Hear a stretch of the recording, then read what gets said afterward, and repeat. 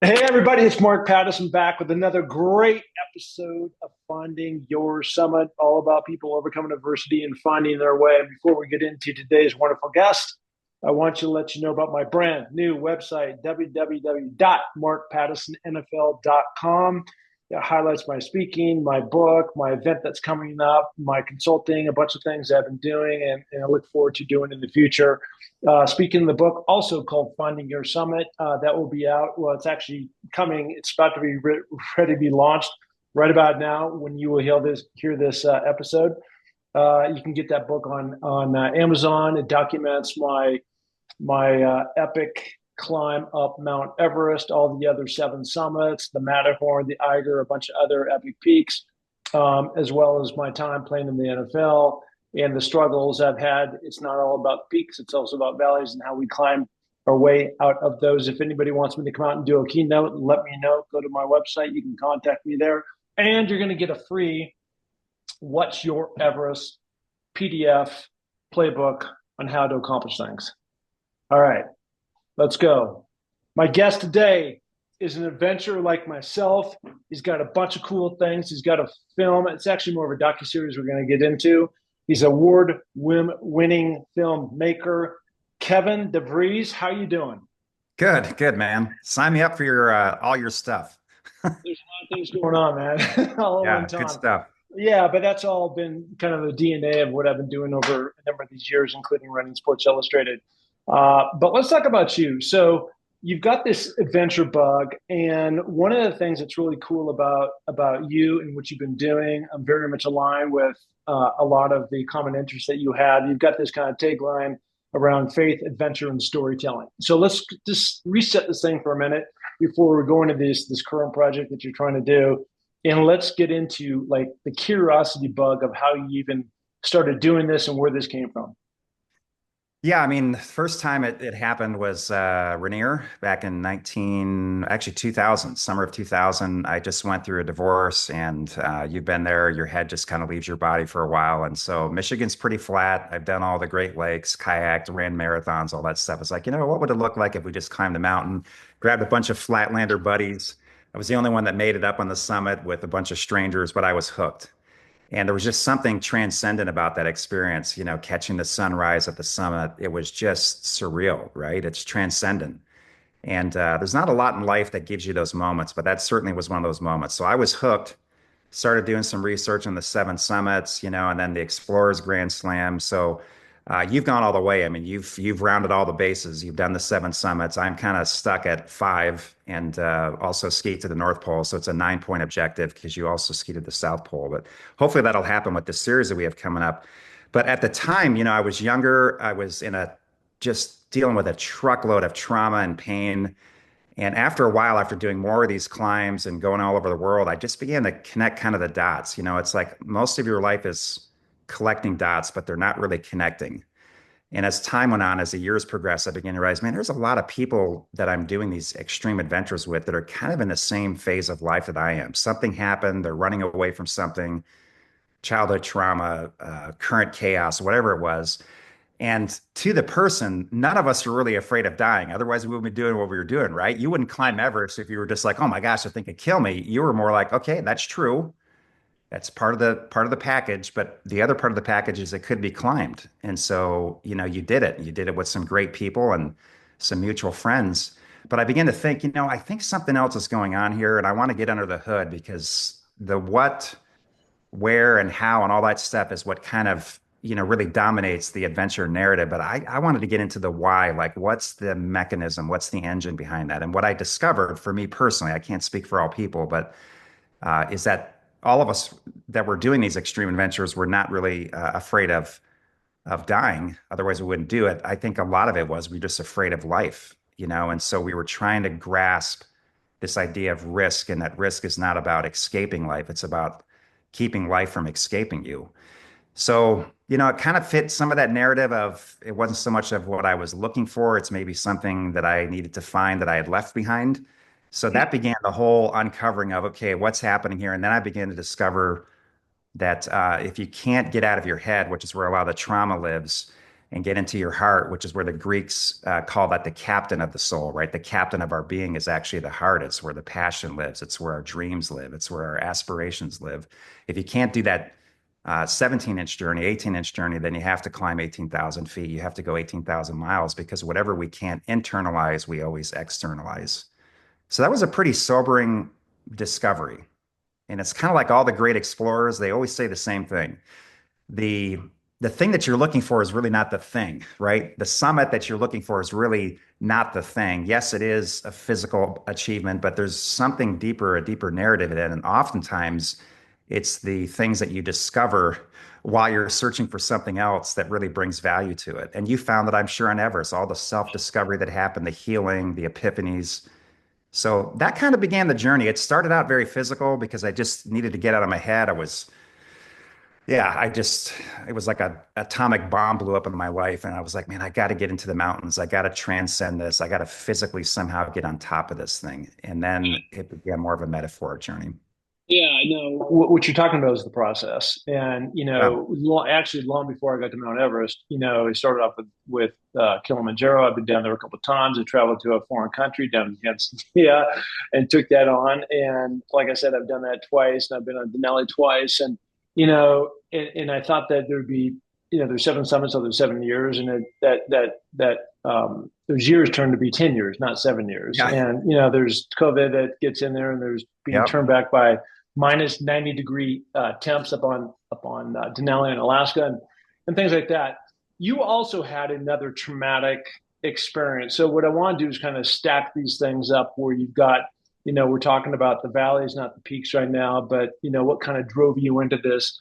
And you talked about before going through a tough relationship wise of being divorced, and I've been Yeah. through that. It was awful. And that's actually how I found the seven summits, right? I needed Yeah. something, a massive goal to pull myself out as There you something go. that I didn't even think was necessarily achievable, to then really give me that drive. And where your focus goes, your energy always follows. So Yeah. with a new massive goal, rather than think about the divorce and it's awful and what am I going to do, it's now, how the hell am I going to climb Mount Kilimanjaro, which was, and how am I going to do with this whole thing? What's the path?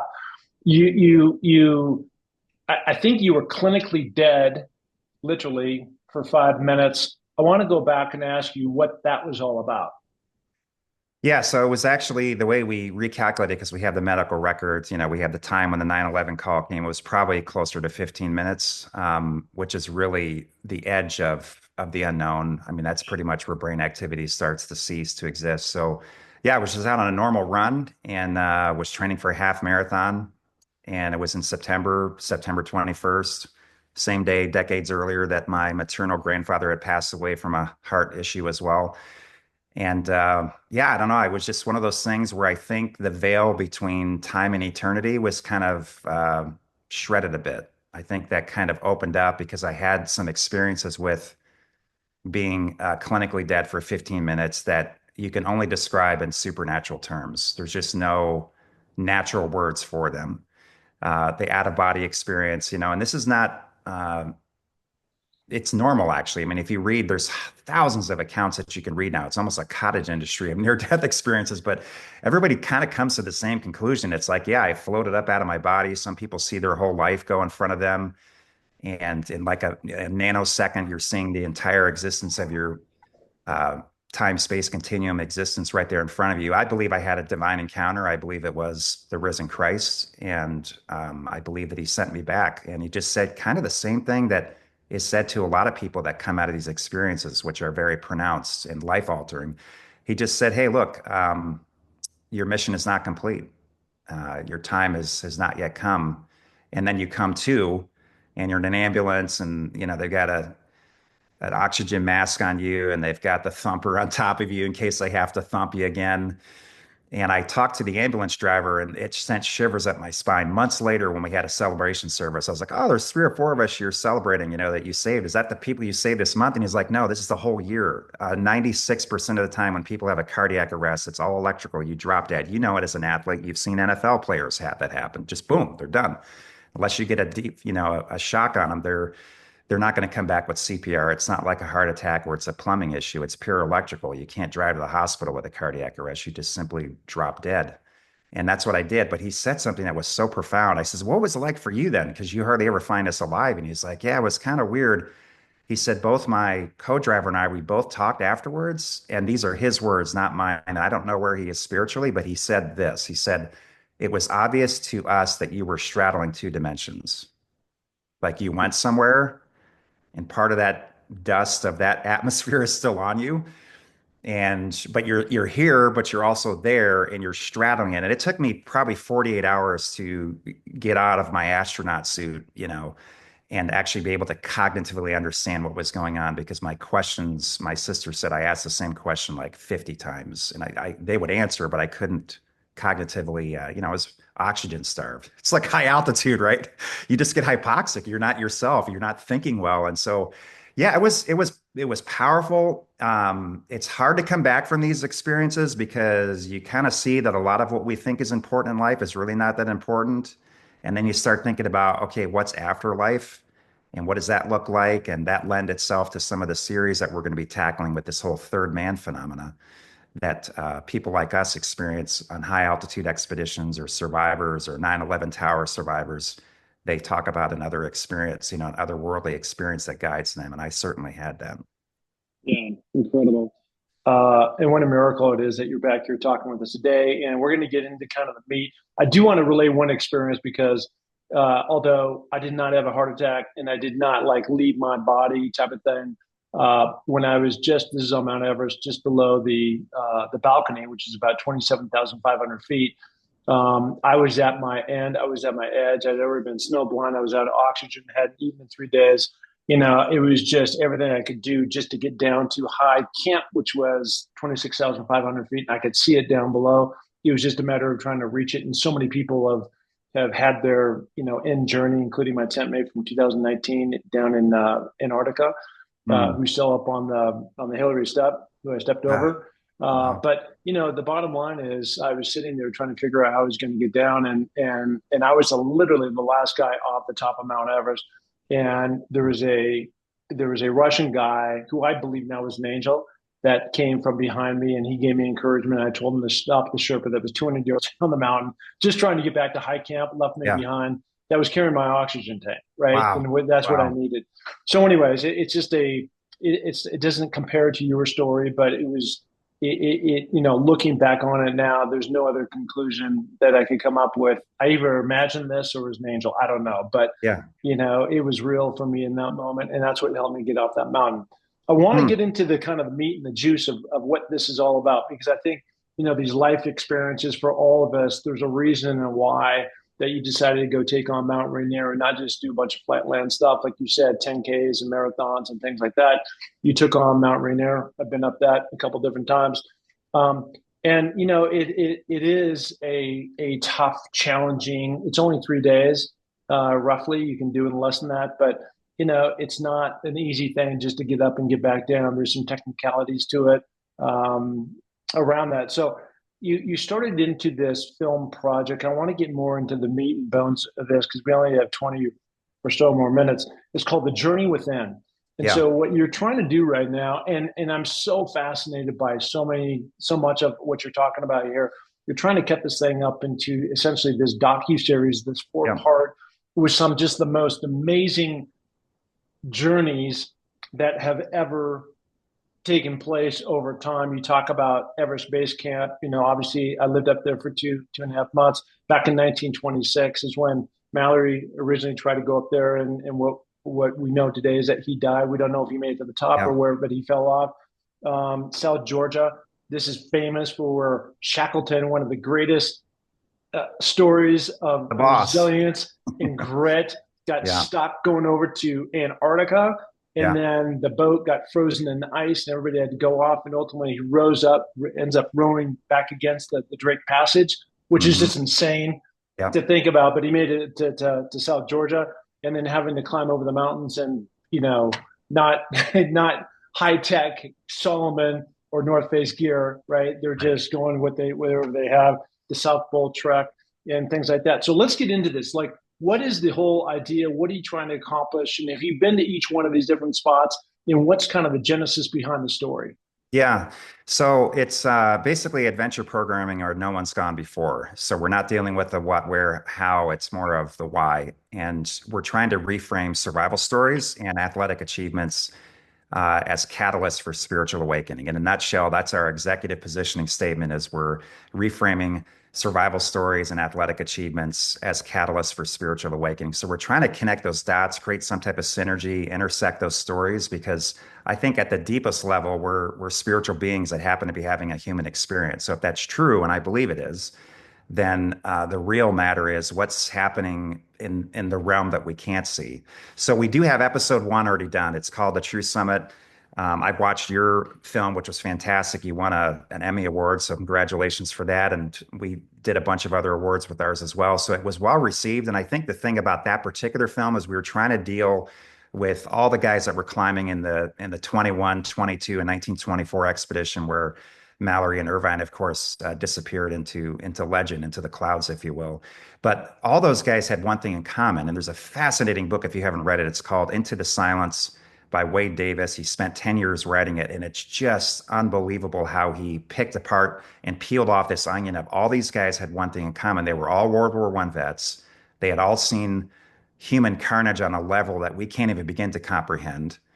And for many of them, they were trying to find that silent space. For me, I would call it in the first episode that we did on our Trek to Everest Space Camp, I call it the place where the sun is always shining, Mhm. right? It's above the clouds. It doesn't matter what's happening in culture and your own circumstances. It's that place that where the sun is always shining, and we're all looking for that, and we all want to live there, whether it's a dopamine hit or a plaque on the wall. We want to live in that place where the sun is always shining, and there's just something about the human soul that I think is bent towards that.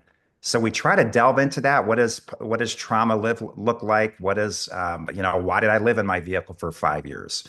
And then I had guys, some special ops guys, when we were on top of Mount Ararat in Turkey for 5 summers, looking for a big boat on Yeah. top of a mountain with scientific technology to figure out, okay, what's the science saying here? We know what people are saying, but what is science saying? These special ops guys all said, "Man, dude, you got what we got." And I was like, "What are you talking about?" I thought they were talking about arc fever. And he's like, "No, when you talk, this is real critical for the listener, I think, to understand." He says, "When you talk, you're always punishing your past, you're poisoning your present, and you're fearing your future, but you're never now. Like you're just not here." And that perfectly described where I was at 10, 15 years ago. I just was not able to be present because the present hurt too much. I was either projecting into the future, punishing my past, beating up myself for regrets, things I couldn't fix. And then they said this, and this is something that's more optically available, is they said, yeah, when we look in your eyes, you have that same 2,000-yard vacuous stare that we all have. And these are all combat guys.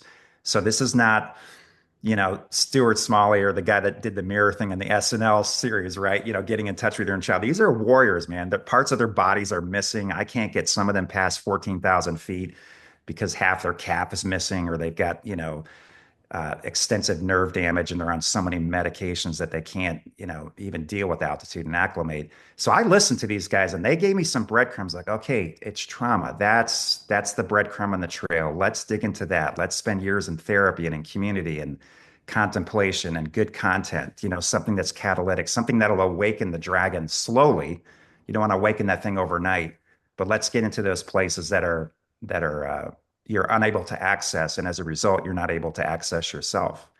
It all starts with yourself. It all starts with your identity, which is always spiritual. But if you're divorced from yourself, you're just divorced from everyone, right? You're not even bringing a whole person to the equation. So that began a multi-year quest. And as of late, now with the near-death experience that I briefly described, that if people are interested in that, there's a video online called The Day I Died, and that goes into the whole minutia of it. But then I began to think, well, what would it look like if we piggybacked on some big stories, Shackleton, right?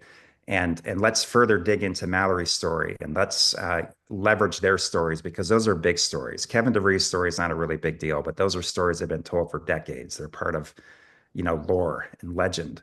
And let's find out what Shackleton encountered when he was crossing South Georgia that he was reticent to talk about along with his two teammates, but they all said the same thing.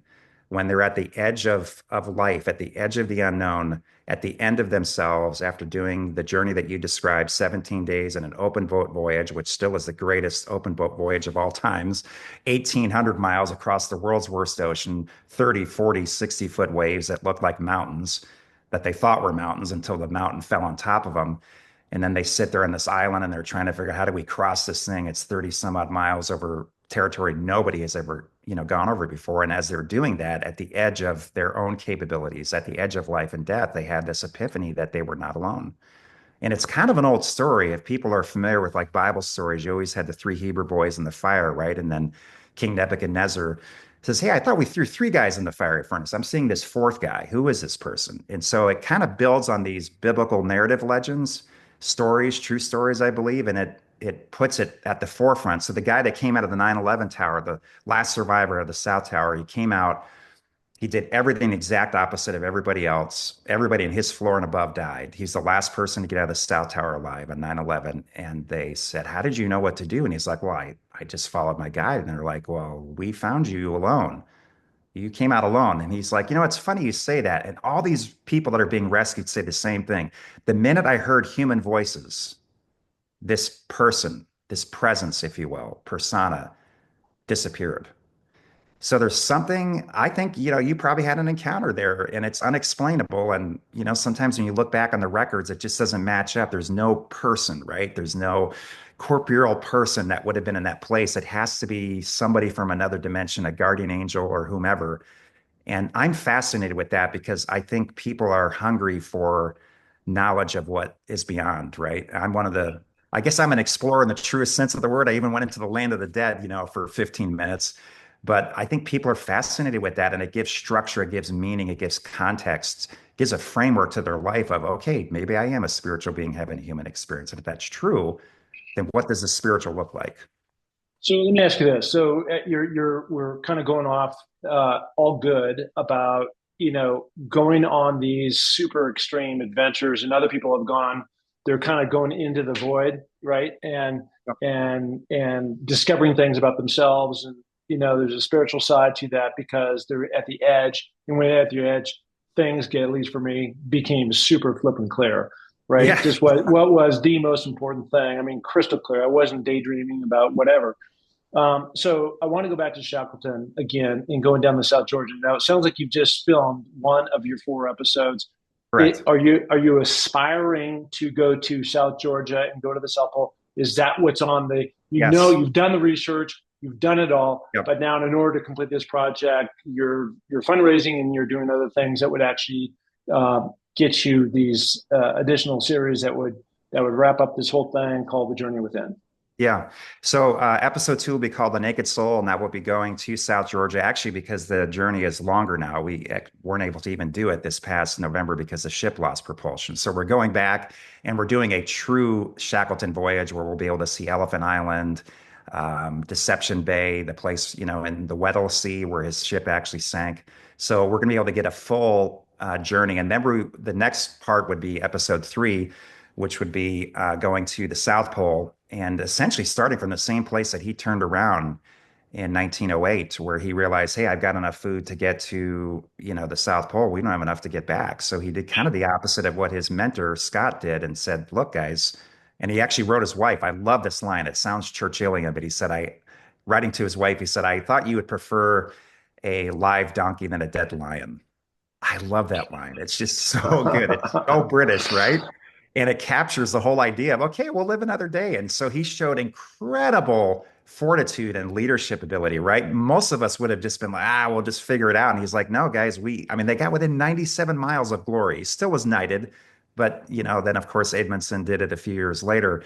So I want to kind of get into that space of what does that great silence look like? Because that's really the thing that you're dealing with is repetition and silence in Antarctica, which is essentially a massive desert, as you know.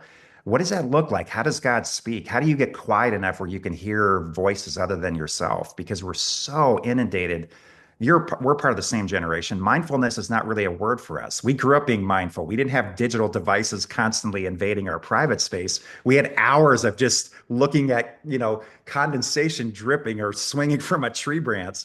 So we're trying to get into that space of how do you get away? How do you digitally detox? How do you get in that space where you can hear another voice, a voice that can guide your future? What does that look like? What does it sound like? So we're juxtaposing the silence of Antarctica as a spiritual journey. And then the final and fourth episode would be bookending it, going back to Everest, doing what you did, going all the way to the top, and then digging into, again, the idea that, okay, what is the summit? Well, the true summit, or searching for the summit in your case, it has to be something bigger than a geographic place. It has to be actually a space. And if that's true, and it goes in line with what you're talking about, is finding your own Everest, then anybody can climb Everest, right? Because it's a space, it's not a place, and it's a spiritual place. And it's a place where I think you have nothing to prove to the world because you've already proved to yourself that you don't have to do this. There's a sense of tension there. It's almost Buddhist that way. It's kind of Yeah. Sherpa.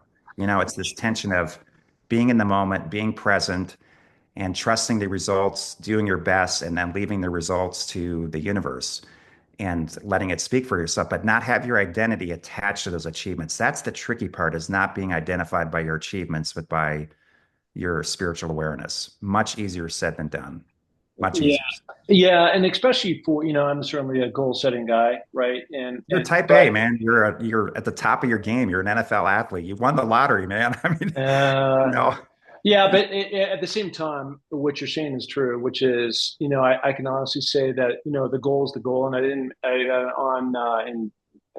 2017, the goal was to go climb Denali, and I got turned back, and I got turned back by the elements of Mother Nature. And that's just the not way. right along that way. Yeah, yeah, and that's just the way it played. And so, the bitch about that, and it sounds like you've been up there, is that you're dragging 137 pounds behind your back, Yeah. in a sled, and Yep. it is tough going to get up to 14,000 feet.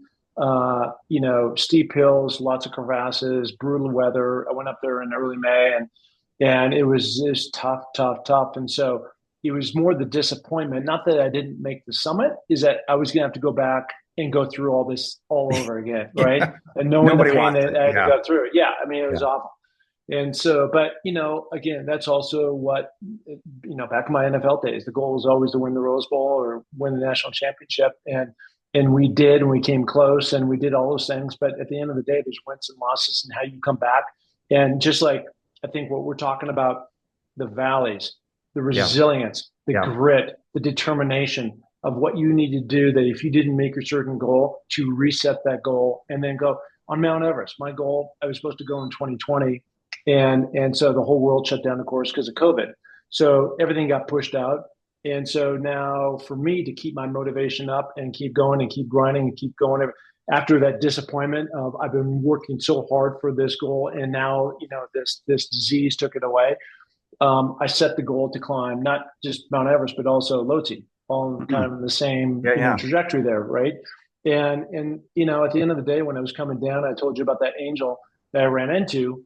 Uh, I looked down there, and as looking straight across that Lhotse, which is the fourth highest mountain in the world, I knew if I tried that, I would die. I was already at the edge there if I Wow. did that as well. So Yeah. in that sense, I failed, right?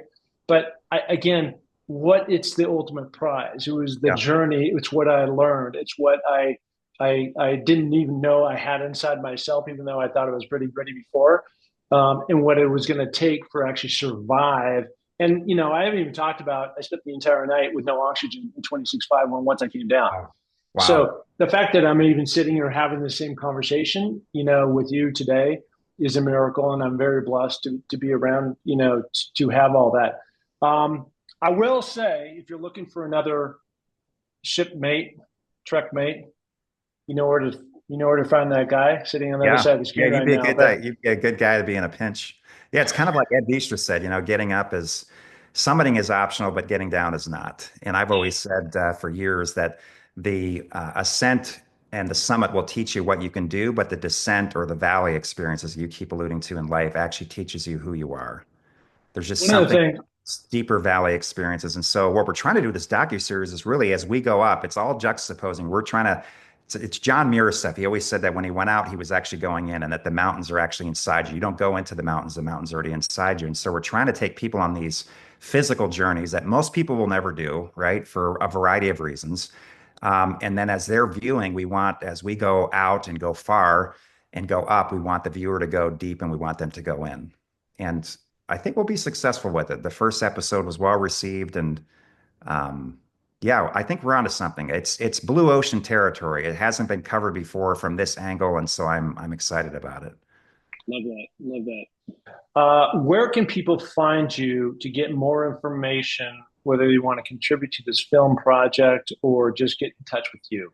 Yeah, probably the best place. Just go to Kevin at truesummit.llc or just truesummit.llc. All of our contact info in there is. This thing is so brand new. We just created the trailer that I sent to you a couple days ago, like 2 weeks ago. So we don't even have a designated web page. But if they hit that website, I'd be happy to send them info. And yeah, we're looking for financial partners. We're looking for distribution and streaming platforms. So we're kind of doing three things at once here. It's not just the physical part, which is training and getting your head in that proper space, but it's aggressive. We're creating we're creating a series that people can binge watch, and that takes a lot of time to create that much content. Yeah. Yeah, no, it's just incredible. And, the stories that you're trying to tell with the explorers from the past.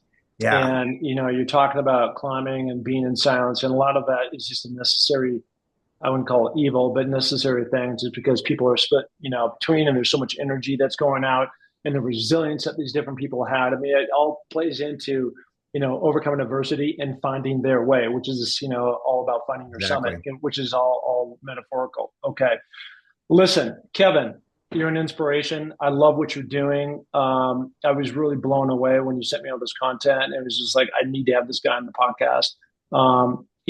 You're an inspiration in terms of really having a goal and wanting to go achieve that, following through the process.